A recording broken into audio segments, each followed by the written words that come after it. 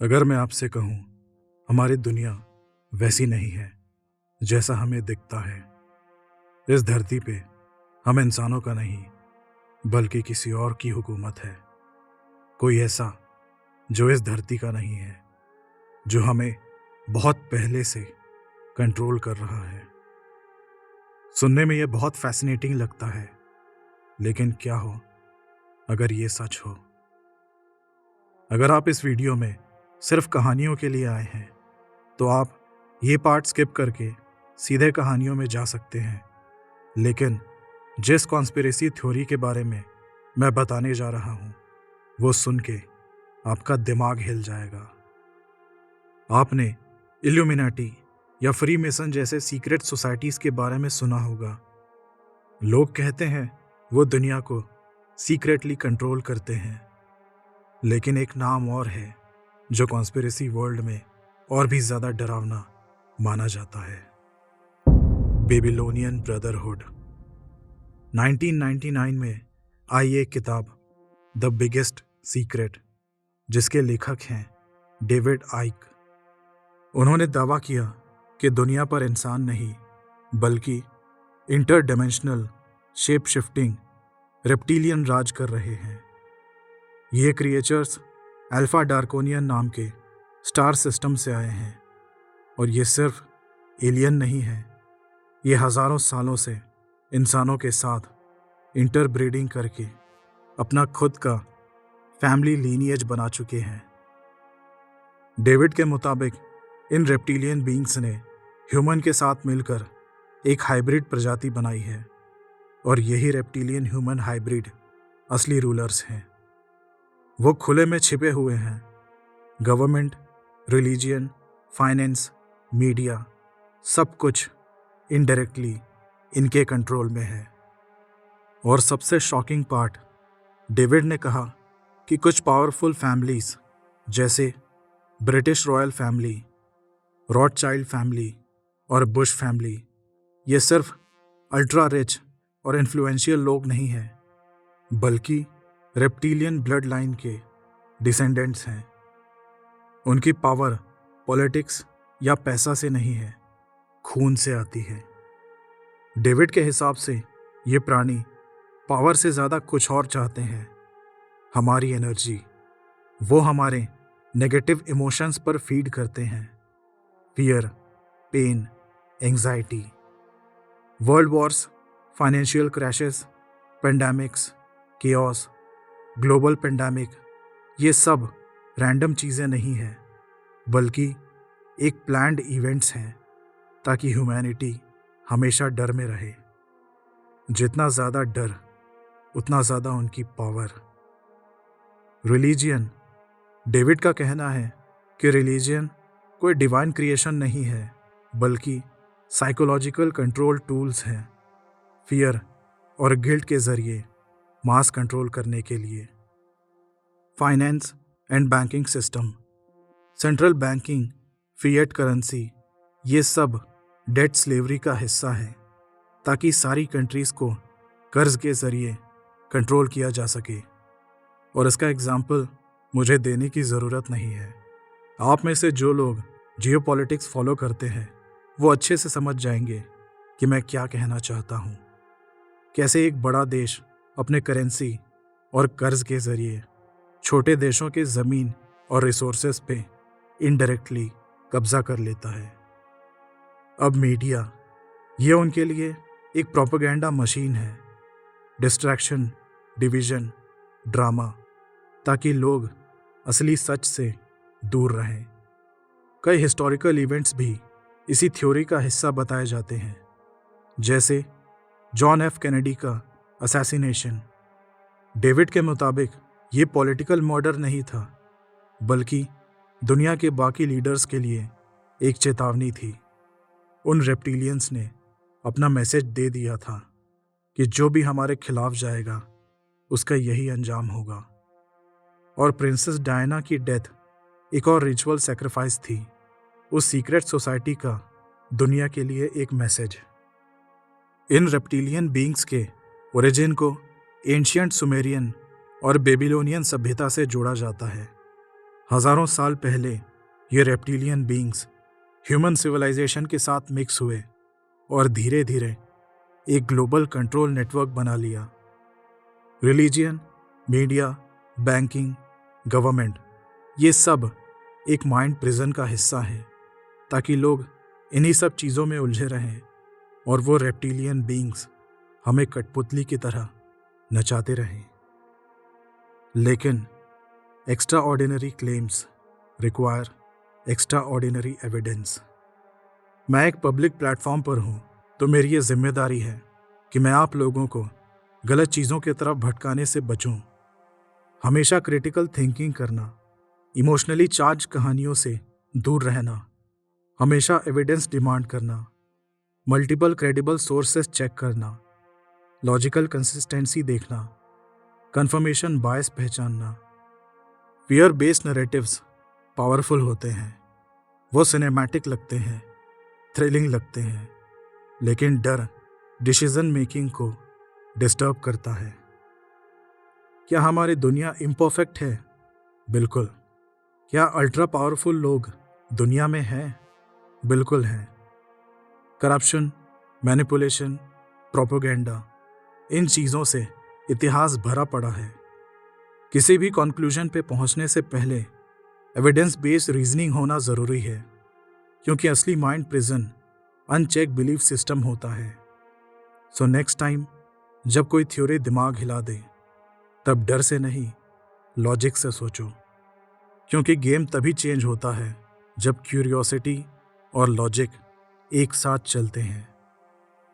चलिए, अब इसके बाद हम अपनी मेन हॉरर कहानियों पे आते हैं।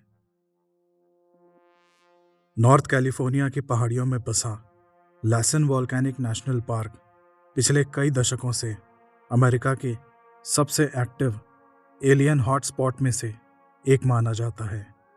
आसमान में दिखने वाली चीज़ों की वजह से नहीं, बल्कि इसीलिए कि वहाँ ज़मीन के नीचे कुछ है।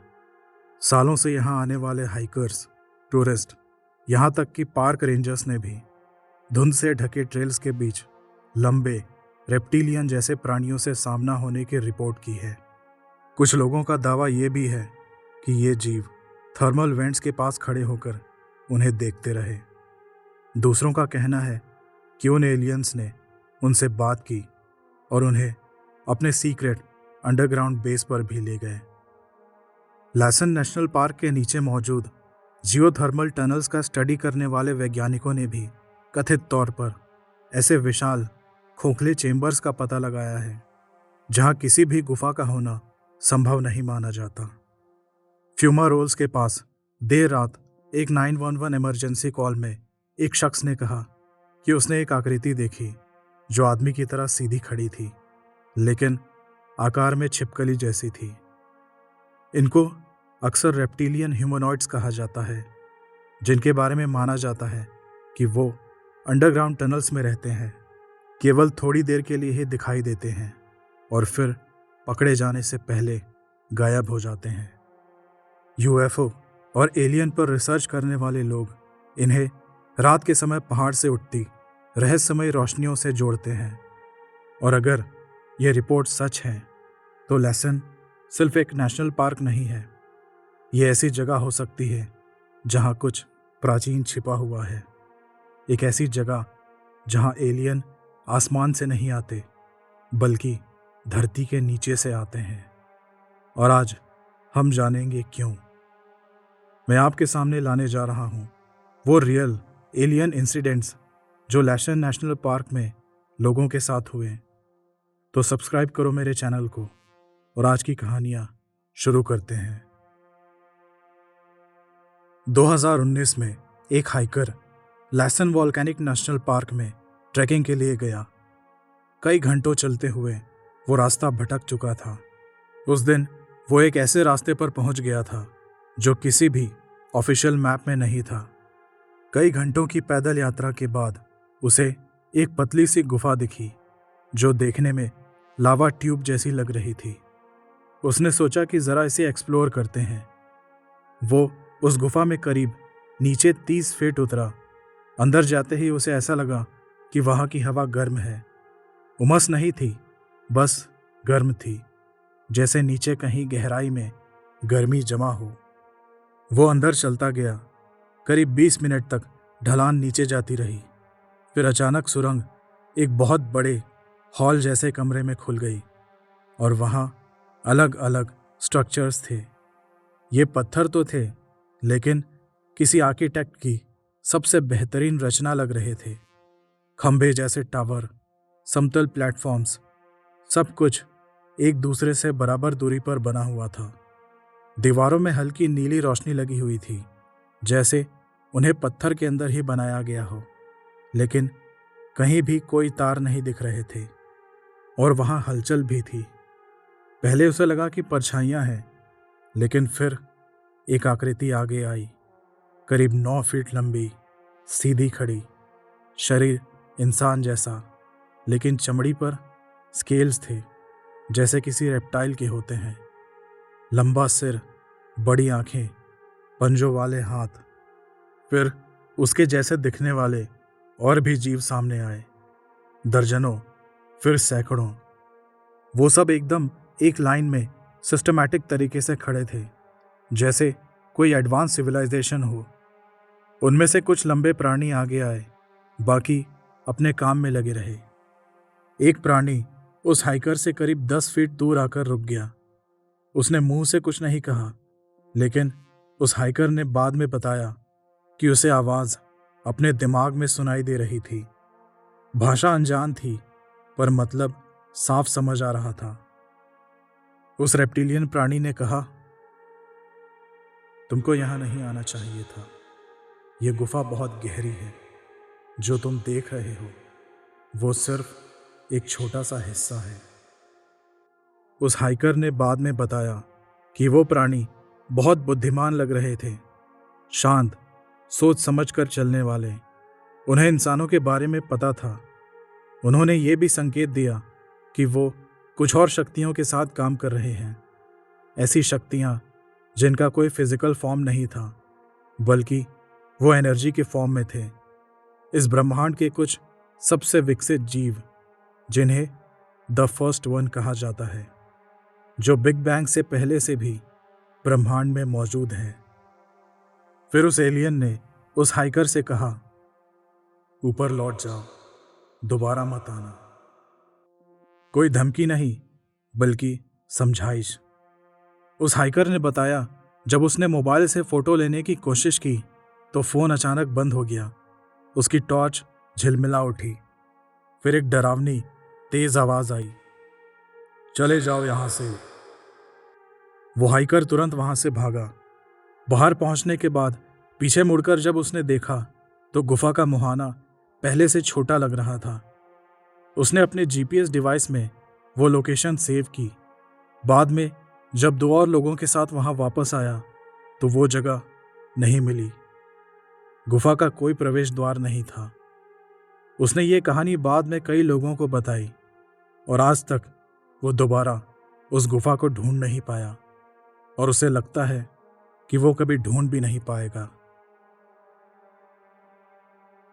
मार्क और कैलम, वो दोनों हमेशा अजीब और अजनबी जगहों की तलाश में रहते थे। केव एक्सप्लोरर और एडवेंचर लवर थे, लेकिन उन्हें थोड़ा नाम कमाने का भी शौक था। वो हमेशा ऐसी जगह जाते जहां कोई नहीं जाता था, जहां के रास्ते नक्शों में नहीं होते थे। वही उनकी पसंदीदा जगह होती थी। ऐसे ही माउंट लैसन की ढलानों को एक्सप्लोर करते हुए उन्हें चट्टान में एक छोटा सा दरार दिखा, जो ढीले पत्थरों के पीछे लगभग छिपा हुआ था, जिसमें से एक बार में सिर्फ एक आदमी ही जा सकता था। अंदर हवा बिल्कुल शांत थी, इतना अंधेरा कि रोशनी के बिना कुछ भी दिखाई नहीं देता। जिज्ञासा उन्हें अंदर खींच ले गई। कई घंटे अंदर उतरने के बाद उन्हें एक अजीब सी जगह मिली।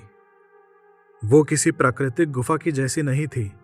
दीवारें इतनी चिकनी और चमकदार थीं, जैसे किसी ने पत्थर को पिघलाकर फिर जमा दिया हो। वो गुफा और नीचे की ओर जा रही थी, जितना नीचे जाना नहीं चाहिए था, उससे भी ज्यादा। मार्क और कैलम ने आगे बढ़ना जारी रखा। कुछ और अंदर जाने के बाद उन्हें कुछ इंसान दिखे, लेकिन उनमें कुछ अजीब था।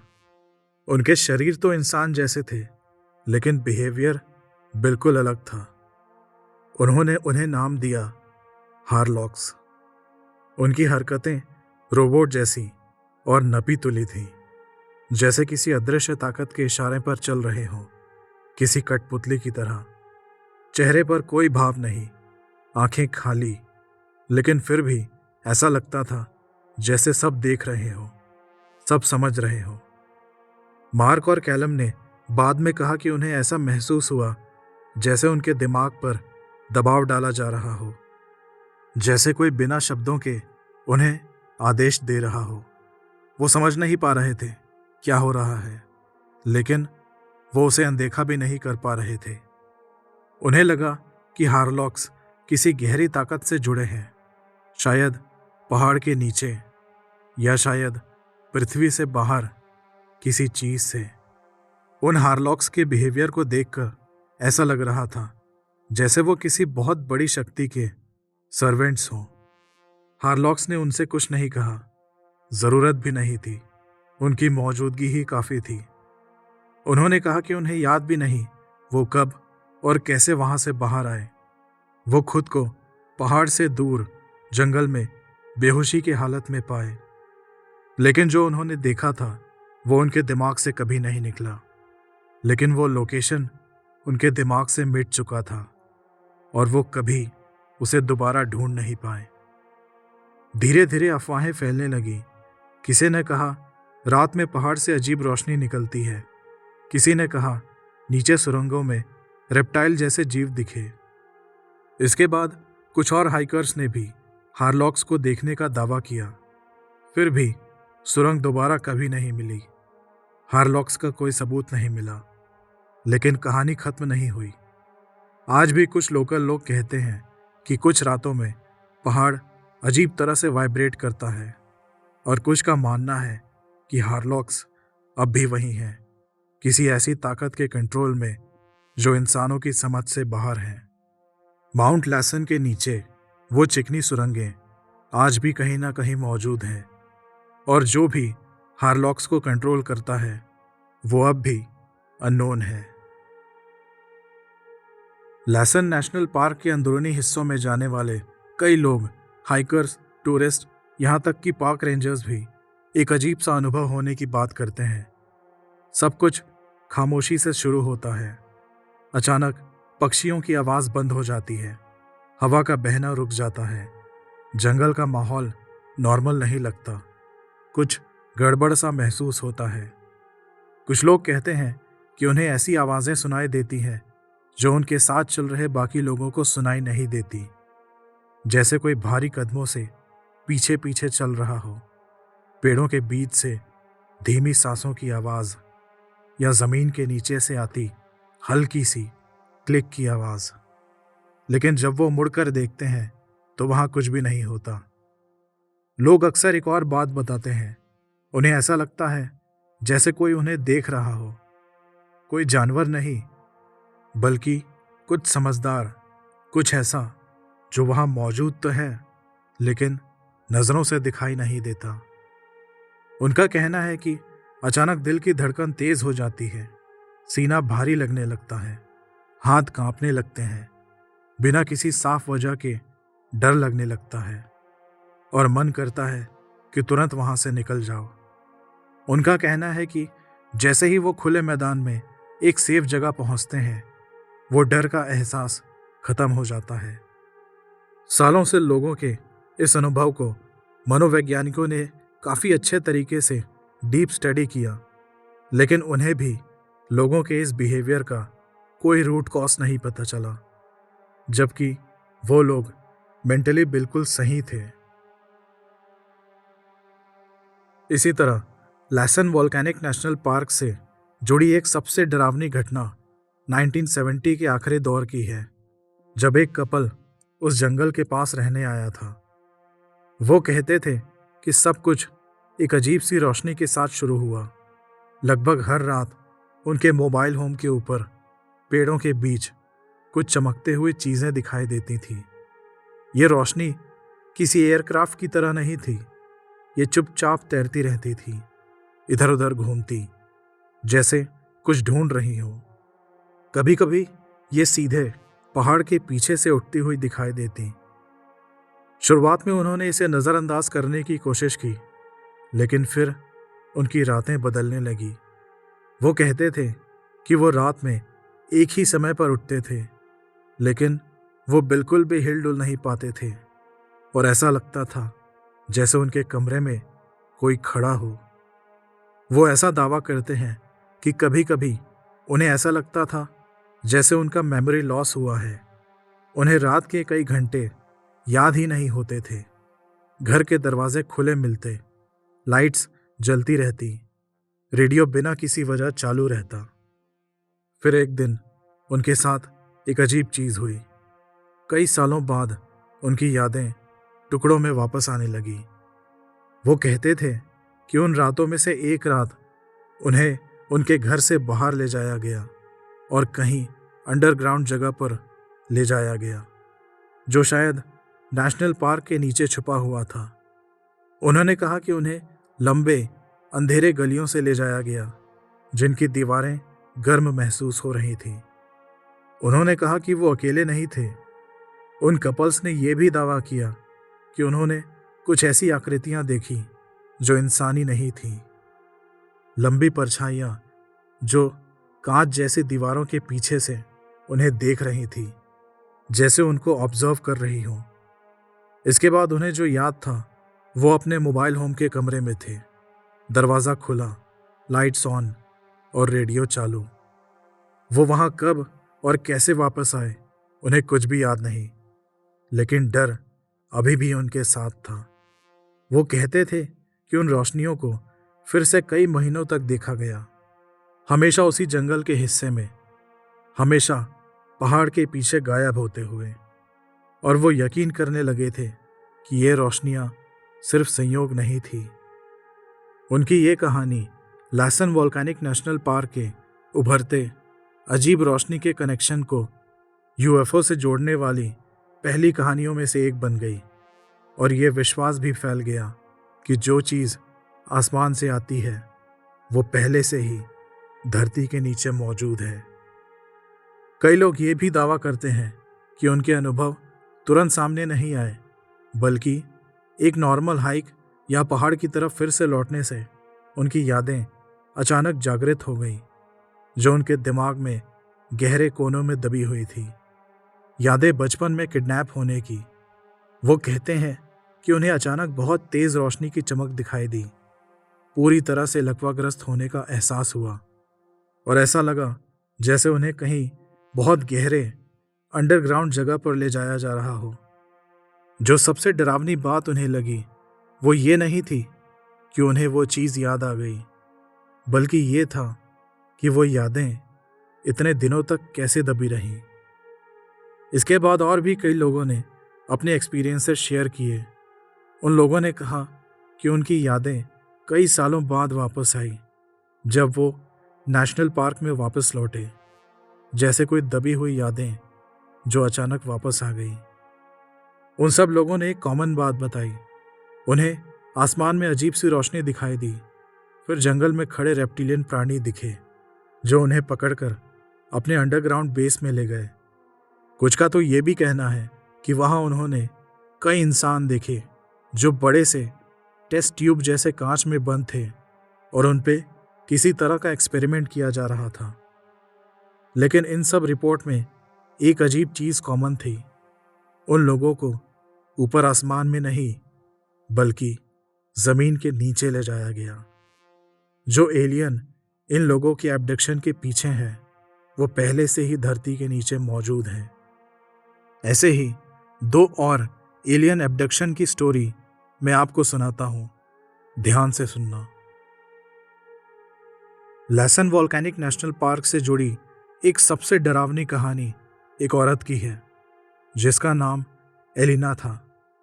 एलिना एक नॉर्मल से सुपरमार्केट में काम करने वाली 25 साल की लड़की थी, लेकिन जिस तरह से उसने अपने एक्सपीरियंस को दुनिया के सामने रखा वो दिल दहला देने वाला था, क्योंकि उसे चीज़ें इतनी डिटेल के साथ याद थीं कि यकीन कर पाना मुश्किल था।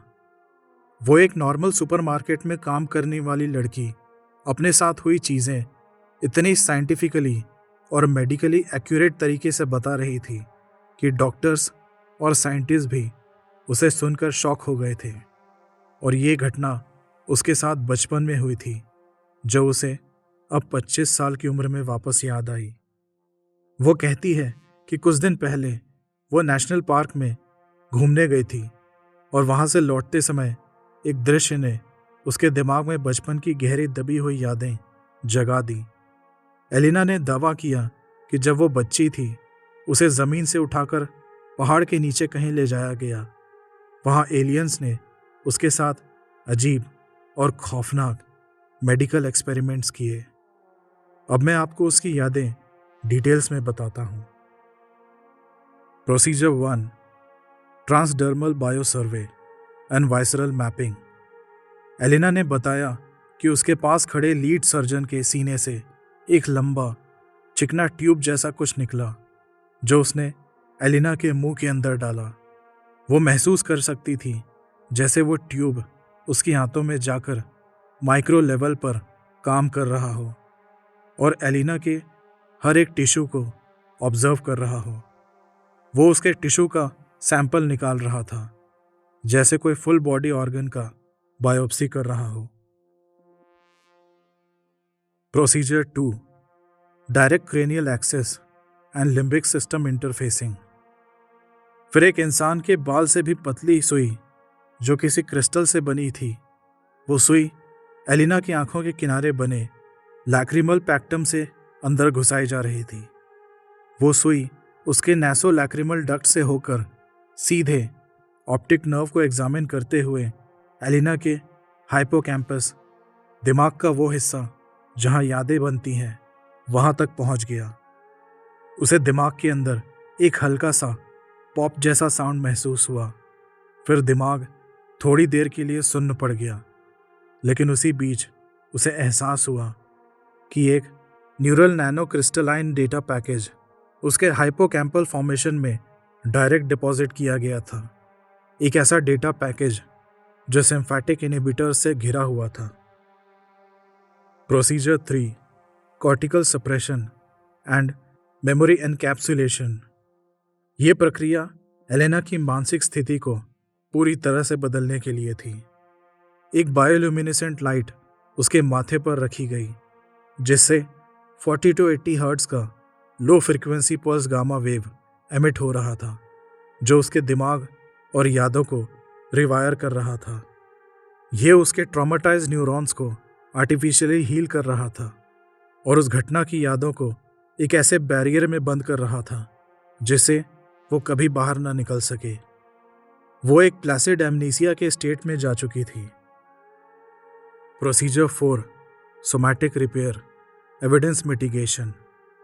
उसके बॉडी में जहाँ जहाँ बायोप्सीज की गई थी, वहाँ एक्सेलरेटेड साइटोजेनेसिस हुआ, जिसमें एक अप्लाइड फील्ड ने लोकलाइज स्टेम सेल डिफरेंशिएशन और कोलैगन सिंथेसाइज को स्टिमुलेट किया, जिसका मतलब उसके नए सेल्स बन रहे थे, टिश्यू रिपेयर हो रहे थे और जख्म के निशान मिट रहे थे। क्रेनियल एक्सेस पॉइंट तुरंत हील हो गया, जैसे वहाँ कभी कुछ हुआ ही ना हो। Post procedure analysis and hypothesis. ये प्रोसेस एक ऐसे मेथोडोलॉजी को दिखाते हैं जो इतने बायोलॉजिकली एफिशिएंट और न्यूरोलॉजिकली प्रिसाइज थे कि इंसानी कैपेबिलिटीज़ के बाहर की चीज़ थे। एलिना को एक सब्जेक्ट ऑफ एक्सपेरिमेंट बना दिया गया था और जो डेटा पैकेज उसके दिमाग में इम्प्लांट किया गया था, वो एक रेजोनेंट बायोक्रिस्टल था, जो ऐसे डिज़ाइन किया गया था कि वो तब तक डोरमेंट रहे जब तक उसे एक कॉम्प्लेक्स इलेक्ट्रोमैग्नेटिक सिग्नेचर के जरिए एक्टिव न किया जाए। लैसन वोल्केनिक नेशनल पार्क की जियोथर्मल एक्टिविटीज़, सब surface piezo electric stress, radian gas emissions और लो फ्रीक्वेंसी इंफ्रासाउंड के यूनिक कॉम्बिनेशन से 1990 में एलिना के दिमाग को वो ट्रिगर मिला जिसने उसकी दबी हुई यादों को वापस ला दिया।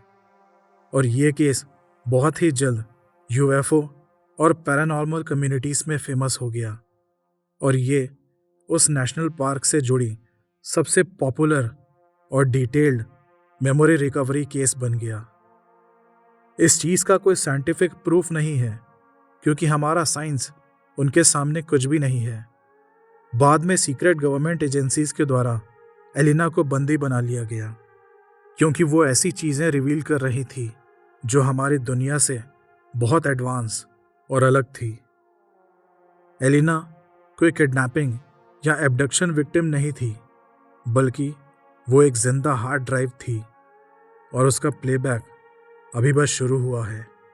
आगे ना जाने वो कौन कौन से एडवांस नॉलेज शेयर करेगी जो किसी को नहीं पता।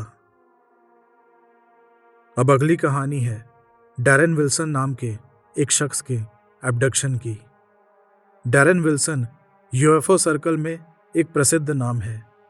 डैरेन का कहना था कि उसे मल्टीपल प्रकार के एलियंस से संपर्क हुआ, ग्रे एलियंस, रेप्टिलियंस और एक बहुत बड़े एलियन जो दिखने में प्रेइंग मैंटिस जैसे लग रहा था। डैरेन का कहना था कि ये एलियंस टेलीपैथी के जरिए बात करते हैं और बिना बोले आपके दिमाग में पूरी पिक्चर बना सकते हैं। डैरेन का कहना है कि उन एलियंस ने कई बार उन्हें अपने अंडरग्राउंड बेसिस पर ले गए, जहां ट्रांसपेरेंट ट्यूब्स में इंसानों के साथ साथ और भी कई अलग अलग प्रकार के दूसरे ग्रह के जीव बंद थे, जो किसी तरह के अजीब मशीन से जुड़े हुए थे। लेकिन जो सबसे ज़्यादा शॉकिंग बात उन्होंने बताया, वो एलियंस हमारा सिर्फ फिजिकल एग्जामिनेशन नहीं कर रहे थे, बल्कि वो हमारे दिमाग के कैपेबिलिटीज़ पे भी एक्सपेरिमेंट कर रहे थे।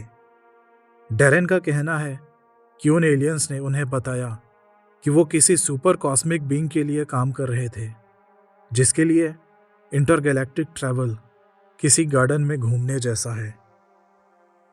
डैरेन ने दावा किया कि ये यादें उन्हें एक साथ नहीं आई, बल्कि कई सालों में टुकड़ों में याद आई। पहले तो उन्होंने इसे अपने दिमाग का वहम समझा, लेकिन जब उन्होंने ये सब चीज़ें लिखनी शुरू की, तब सब यादें आपस में कनेक्ट होने लगी। उनका मतलब समझ में आने लगा। ये कहानी भी सरकारी रिकॉर्ड में दर्ज नहीं है, लेकिन ये इस तथ्य को उजागर करती है कि हमारे बीच केवल एक एलियन प्रजाति नहीं है, बल्कि कई तरह के प्राणी हैं। अपनी इन यादों के जरिए डैरेन एक और भयानक चीज़ की ओर इशारा करते हैं। जिस दिन उन एलियंस का एक्सपेरिमेंट ख़त्म हो जाएगा और उन्हें हमारी ज़रूरत नहीं होगी, तो हो सकता है वो इस यूनिवर्स से हमारा नामो निशान मिटा दे और किसी और ग्रह पे एक्सपेरिमेंट के लिए आगे बढ़ जाएं। अगली कहानी है सोल वॉस्कैस के द्वारा reptoid sightings. Lassen volcanic national park में जुड़ी एक सबसे डरावनी और लेटेस्ट कहानी सोल वॉस्कैस नाम के एक हाइकर की है। 2015 में वो अपने दोस्तों के साथ नेशनल पार्क में हाइकिंग के लिए गया हुआ था। वहाँ उसे कुछ आवाज़ें सुनाई दे रही थी जो उसके साथी नहीं सुन पा रहे थे। वो अपने दोस्तों से कुछ दूर आगे निकल गया उस आवाज़ को चेक करने।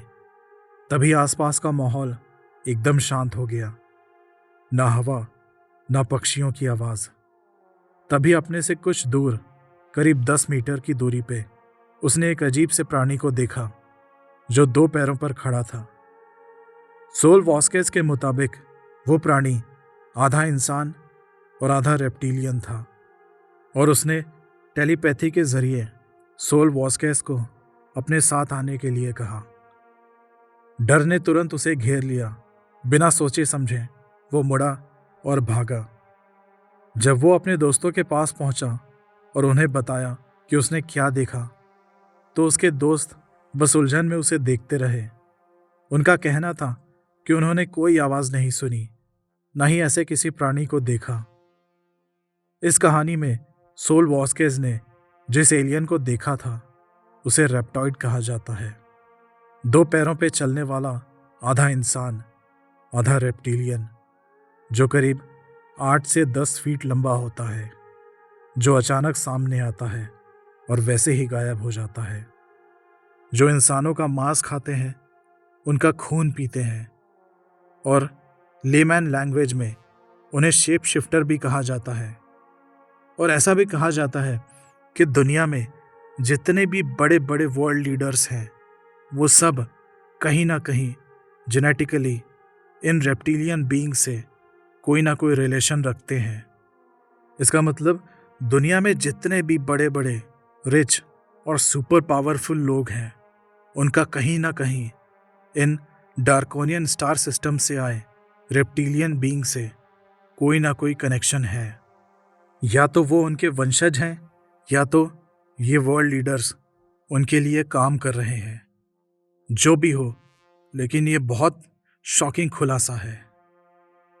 इन रेप्टिलियंस की सच्चाई क्या है, ये तो कोई नहीं बता सकता। वो अच्छे हैं या बुरे हैं, कोई नहीं जानता।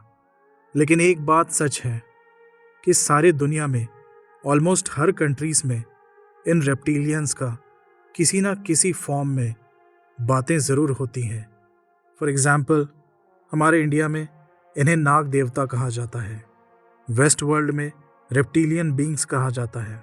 ऐसे ही अलग अलग कंट्रीज़ में इन रेप्टिलियन बीइंग्स को किसी न किसी नाम से जाना जाता है। और अगर इनकी कहानी 0.001% भी अगर सच है, तो फिर वी आर नॉट अलोन। तो दोस्तों, ये थी आज की कहानी। उम्मीद करता हूँ आज की कहानी आपको पसंद आई होगी। अगर आपने कहीं इन रेप्टिलियन बीइंग्स के बारे में कहीं कुछ सुना या कुछ पढ़ा या कुछ देखा है, तो नीचे कमेंट बॉक्स में दूसरों को भी बताएं। चलिए, अब अलविदा, फिर मिलते हैं डर की एक नए साए में।